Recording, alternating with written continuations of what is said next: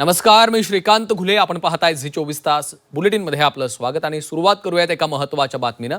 नाशिकमध्ये खड्ड्यांमुळे आणखी एकाचा बळी गेलेला आहे. अंबड MIDC परिसरामध्ये खड्ड्यांमुळे दुचाकीचा अपघात झाला आणि जखमी तरुणाचा उपचारादरम्यान मृत्यू झाला. गेल्या काही दिवसात खड्ड्यांमुळे हा 5वा मृत्यू झालेला आहे. त्यामुळे सदोष मनुष्यवधाचा गुन्हा दाखल करा अशी मागणी सध्या केली जात आहे. गेल्या काही दिवसातला हा 5वा मृत्यू आहे. नाशिकमध्ये खड्ड्यांमुळे आणखी एकाचा बळी गेलेला आहे. अंबड MIDC परिसरात खड्ड्यामुळे दुचाकीचा अपघात झाला आणि एका तरुणाचा यामध्ये उपचार सुरू असतानाच दुर्दैवी मृत्यू झालेला आहे. तर गेल्या काही दिवसात खड्ड्यांमुळे गेलेला हा 5वा बळी आहे, 5वा मृत्यू आहे. त्यामुळे सदोष मनुष्यवधाचा गुन्हा दाखल करा अशी मागणी आता केली जाते.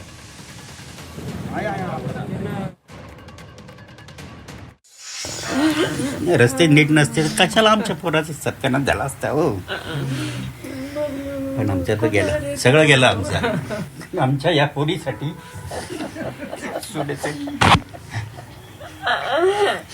काही शासन स्तरावर तुम्हाला करता आलं तर करा. हात जोडत नाही त्यांनी. आमचं पोरगा थोडी भेटते आम्हाला. तुम्ही इथे आला, तुम्ही बघितले रस्त्याला किती खड्डे.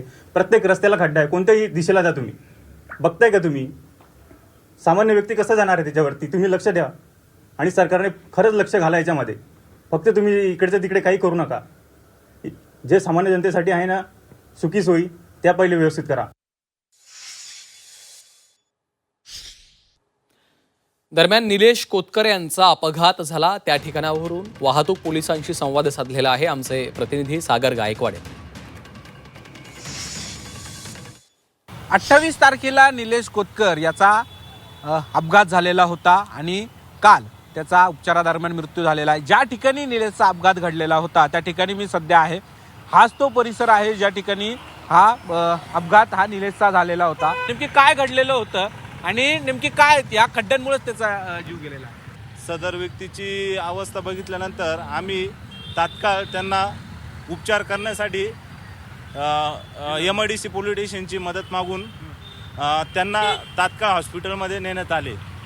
परंतु पब्लिकच्या म्हणण्यानुसार एक अनोळखी कंटेनर यांनी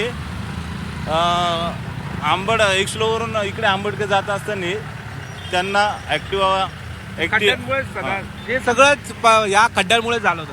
हो सर, खड्ड्यांमुळे भरपूर प्रॉब्लेम झालेले आहे. लोकांचा मनस्ताप झाला आहे. बरेच अपघाताचे प्रमाण वाढलेले आहे. तरी अपघात झाला या परिसरात असलेल्या खड्ड्यामुळे झाला होता. सर सध्या परिस्थिती खूप अवघड आहे. याच परिसरात हेच पोलीस आहेत ज्यांनी आपलं कर्तव्य बजावत असताना त्यांना मदत केल्याचं देखील पाहायला मिळालं होतं. आणि हाच परिसरामध्ये ह्या निलेश कोतकरचा अपघात झालेला होता आणि यानंतर याला रुग्णालयात नेले होतं. नंतर उपचारादरम्यान त्याचा मृत्यू झाला. कॅमेरा पर्सन सोनू भिडेसह सागर गायकवाड, झी 24 तास, नाशिक.